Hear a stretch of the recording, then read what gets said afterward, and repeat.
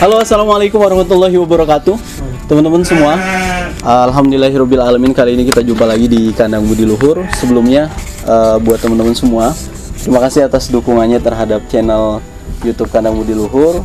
Jangan lupa untuk terus ikuti video-video kita. Ya, terima kasih juga komen-komen positif, kemudian motivasi dan saran konten untuk untuk dasar dan ide bagi kita. Bahasan apa lagi yang bisa kita sajikan ke teman-teman semua. Nah, teman-teman semua, di siang hari ini siang kebetulan suasananya mendung ya. Ini juga gerimis tipis-tipis, jadi menambah syahdu Kandang Budi Luhur. Nah, teman-teman mungkin sudah bertanya-tanya, ini kok Mas Syafi'i sekarang bareng dua anak nih, ini siapa gitu. Nah, jadi tema kita pada kesempatan siang hari ini kita mau bahas program PKL ya. Jadi ini ada adik-adik dari UGM ya, ada Denny dan Adin. Nah, Denny dan Adin ini sudah kurang lebih 2 minggu PKL di Kandang Budi Luhur. Nah, pada kesempatan siang hari ini kita mau wawancara mereka ya, biar sebagai gambaran juga buat teman-teman kan yang belum bisa main ke sini gitu. Yang belum bisa ngelihat bagaimana Kandang Budi Luhur, kesederhanaan Kandang Budi Luhur, keramahan Kandang Budi Luhur. Nah, kita mau ceritain apa aja aktivitas di Kandang Budi Luhur, tapi bukan hanya dari versi saya, tapi versi adik-adik PKL di sini yang dia udah jalani 2 minggu di sini, apa aja yang mereka rasain di Kandang Budi Luhur.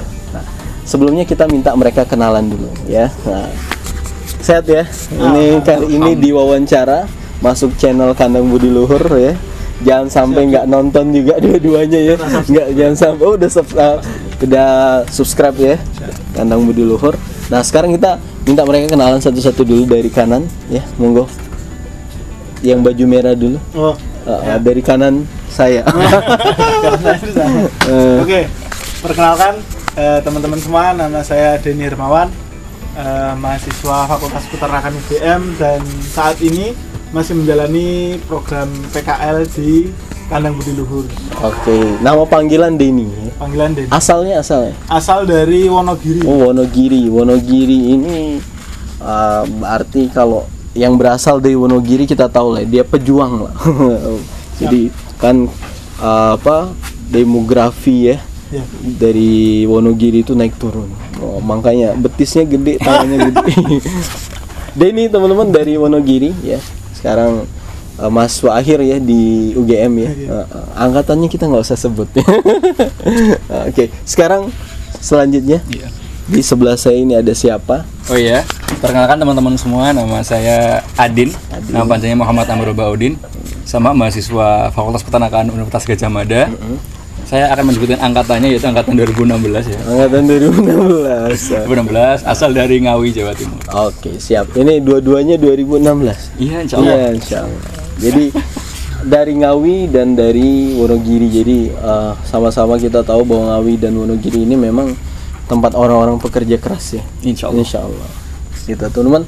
Ada Adin dan Denny di sini. Nah, tadi mereka udah 2 minggu PKL di sini. Pertama mungkin pertanyaannya, karena Budi Luhur ini baru berdiri 17 Agustus 2020 dan tidak langsung punya kandang ya.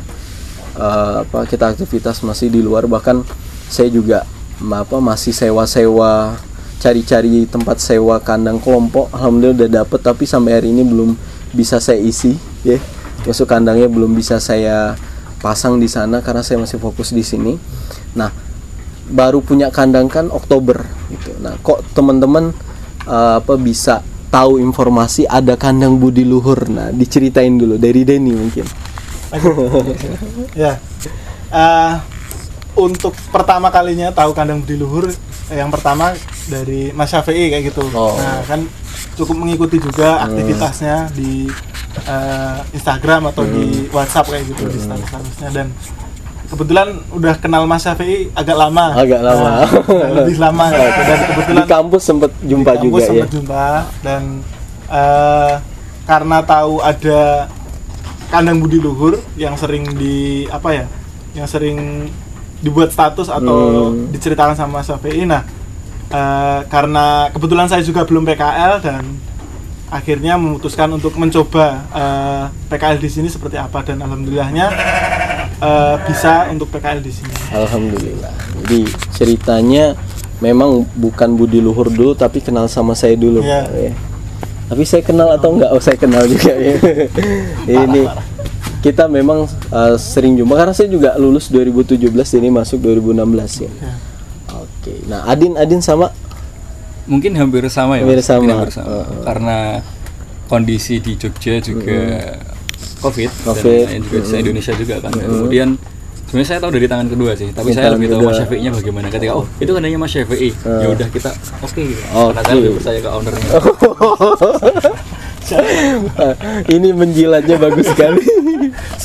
Oke, perkenalan udah, mereka tahu kandang budi luhur karena memang kita sudah jumpa dulu ya sebelum kandang budi luhur berdiri. Jadi teman-teman itu, nah teman-teman udah 2 minggu di sini. Apa aja aktivitas yang dijalani ya? Kalau judul masing-masing PKL kan beda ya.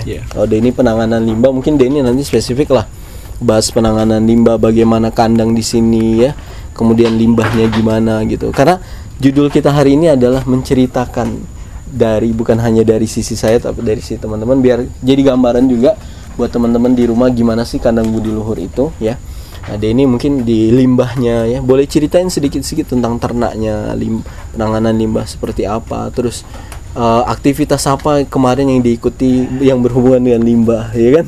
Nah, Adin karena judul PKL-nya itu lebih ke aspek input output dari pakan itu sendiri. Mungkin diceritain ada pakan apa aja di sini gitu ya.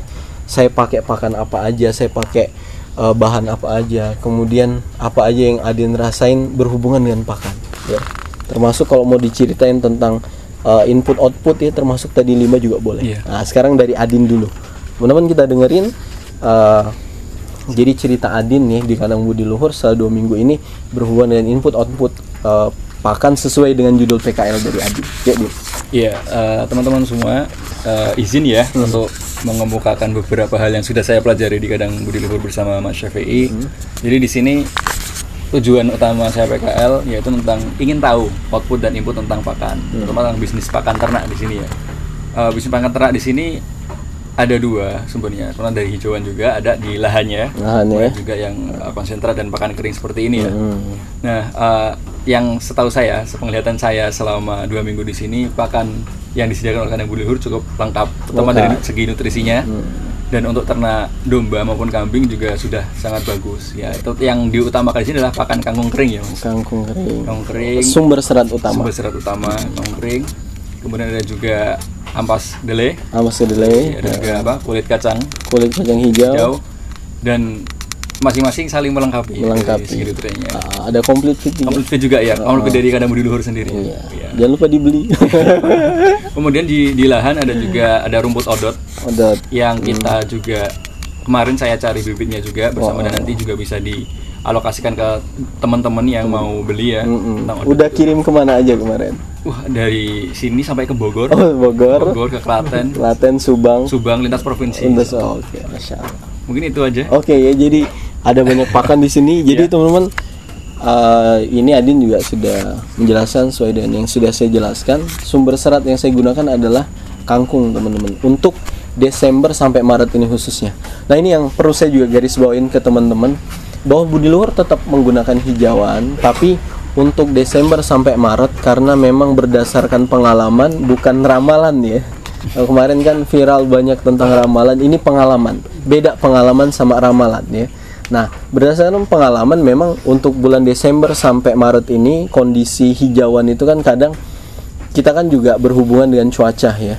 Nah, jadi untuk mengurangi tingkat stres dari ternak, karena memang pakan saya bukan hanya satu unsur dari hijauan. Kalau misalnya kita di desa biasa memberikan rumput, dalam kondisi apapun dia akan stabil. Dia mampu beradaptasi ya, kondisi lambungnya, rumennya, perutnya. Tapi kalau misalnya kita mix sama pakan-pakan yang lain, dia lebih mudah stres, teman-teman. Nah, makanya kandang di bulan Desember sampai Maret nanti budi luhur menggunakan pakan kering. Hijauan teman-teman juga udah ngelakuin kemarin ya, Adin. Hijauan kita apakan? Yeah. Lalu hijauan di bulan-bulan itu diapain sama kandang budi luhur? Ya untuk hijauan sendiri kan untuk bonggolnya atau bibitnya kita jual, steknya dijual. Tapi untuk hijauan sendiri kita lakukan pembuatan silase. Nah, jadi hijauan kita di bulan Desember sampai Maret ini kita silase. Nah, jadi kondisinya jadi dia lebih baik ya dengan proses anaerob, nutrisinya juga meningkat sehingga teman-teman ketika stoknya udah banyak di akhir bulan Maret nanti, di bulan April kita sedikit-sedikit mulai mengubah pola pakannya kembali lagi ke hijauan. Jadi semuanya terpakai. Oke, itu ya, cukup dulu di Adin. Kita lanjut ke Denny karena Denny udah ngelamun giliran aku kapan. Nungguin. Denny, berhubungan dengan limbah mungkin dijelaskan dulu Denny setiap hari sama Adin juga kan bantuin di penanganan limbah ya. Jadi saya juga merasa terbantu sekali teman-teman. Ya termasuk mungkin setelah ini Denny dan Adin akan menjadi juru bicara saya gitu ya, menjelaskan kepada adik-adik, ayo PKL di tempat Mas Syafi'i enak gitu kan. Jadi saya juga ngerasa terbantu sekali karena memang di penanganan limbah juga dibantuin oleh mereka. Nah, Denny yang 2 pekan ini berhubungan dengan limbah, apa aja yang dirasain tentang kandangnya, kemudian ngebersihinnya, terus pupuknya kemana gitu ya. Monggo Denny. Oke, lihat dari saya kamera, jangan lupa. Dari saya karena tema yang dibawa untuk PKL itu terkait manajemen limbah.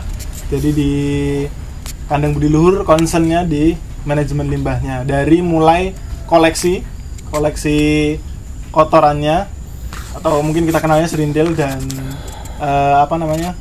urinnya kayak gitu. Dari penanganannya karena di kandang budi luhur ini udah menggunakan sistem yang terkoleksi kayak gitu. Jadi di bawah kan kita menggunakan kandangnya kandang panggung kayak gitu. Nah, terus di bawahnya itu ada bidang miring kayak gitu. Jadi untuk menampung sementara kayak gitu. Untuk kotorannya itu situ, terus nanti setiap harinya kita koleksi. Nah, setiap harinya itu bahkan dengan kapasitas yang ada di kandang budi luhur sekarang bisa nyampe 3 sampai 5 angkong kayak gitu. Dan itu termasuk banyak kayak gitu. Dan ketika itu tidak bisa dikoleksi atau dimanfaatkan atau istilahnya di manajemen lah, entah itu nanti digunakan untuk apa, nah itu nanti bakal menumpuk yang sangat banyak kayak gitu.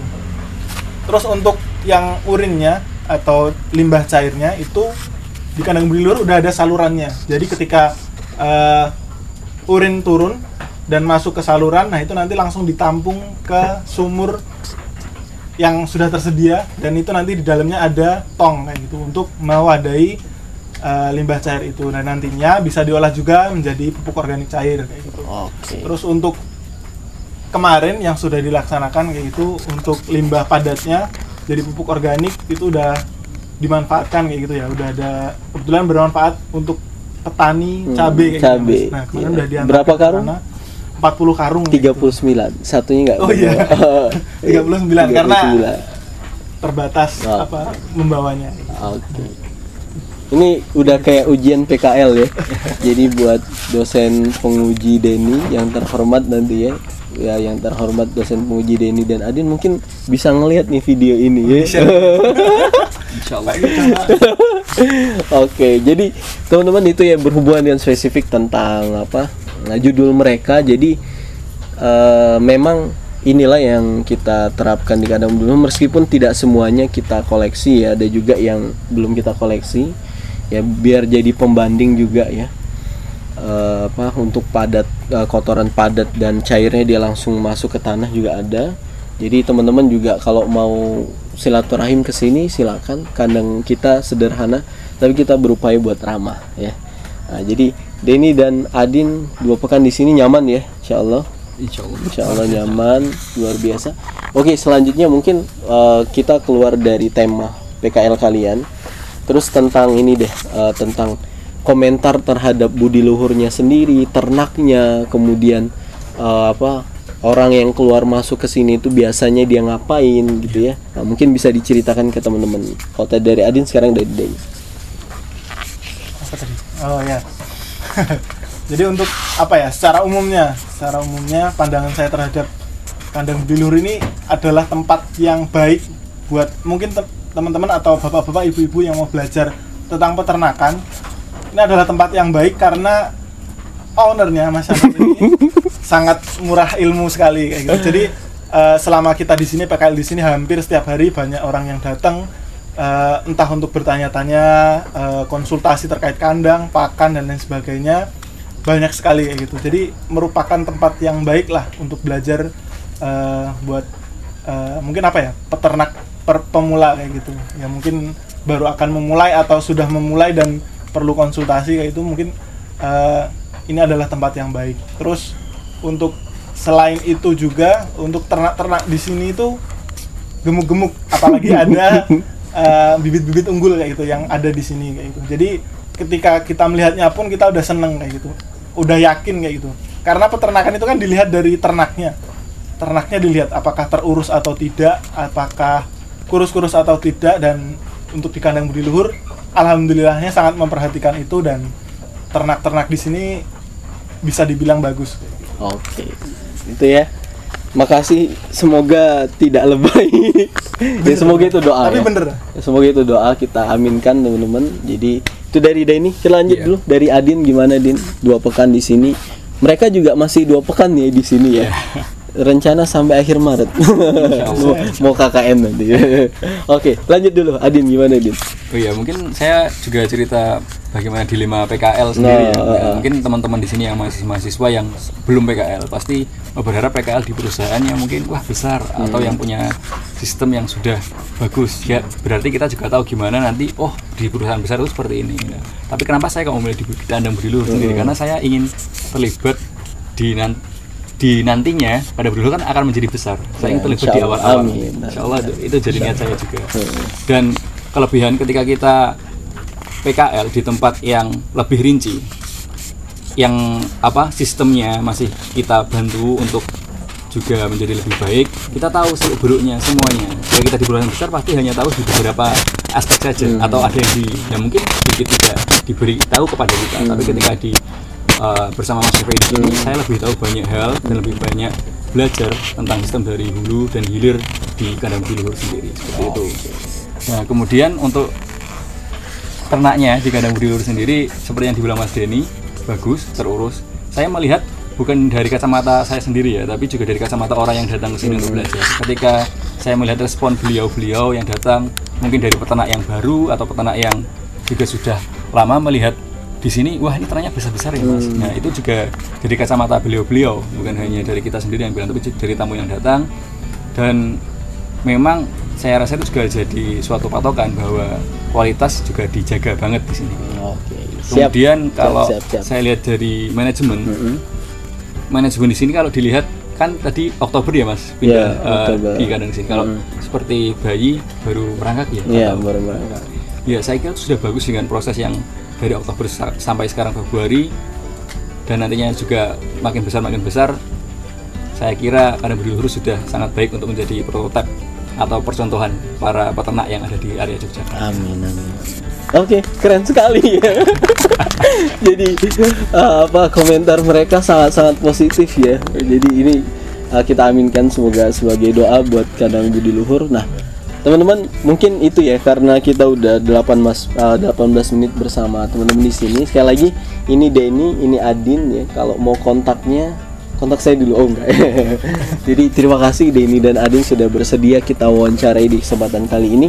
Semoga ini menjadi gambaran buat teman-teman tentang aktivitas di kandang budi luhur, dan buat teman-teman juga yang belum bisa datang ke sini. Tapi intinya teman-teman, kalau teman-teman jauh-jauh mau ke sini, mungkin saya hanya menyampaikan mungkin kondisi kandang budi luhur sementara ya sangat sederhana ya, tapi kita berupaya buat ramah, tapi kita juga berproses untuk terus berkembang supaya kita juga menjadi peternakan yang bisa bermanfaat lebih luas ya, tentunya di bidang bisnis peternakan itu sendiri. Nah, teman-teman, sekali lagi terima kasih banyak pada kesempatan siang hari ini, semoga bermanfaat. Assalamualaikum warahmatullahi wabarakatuh.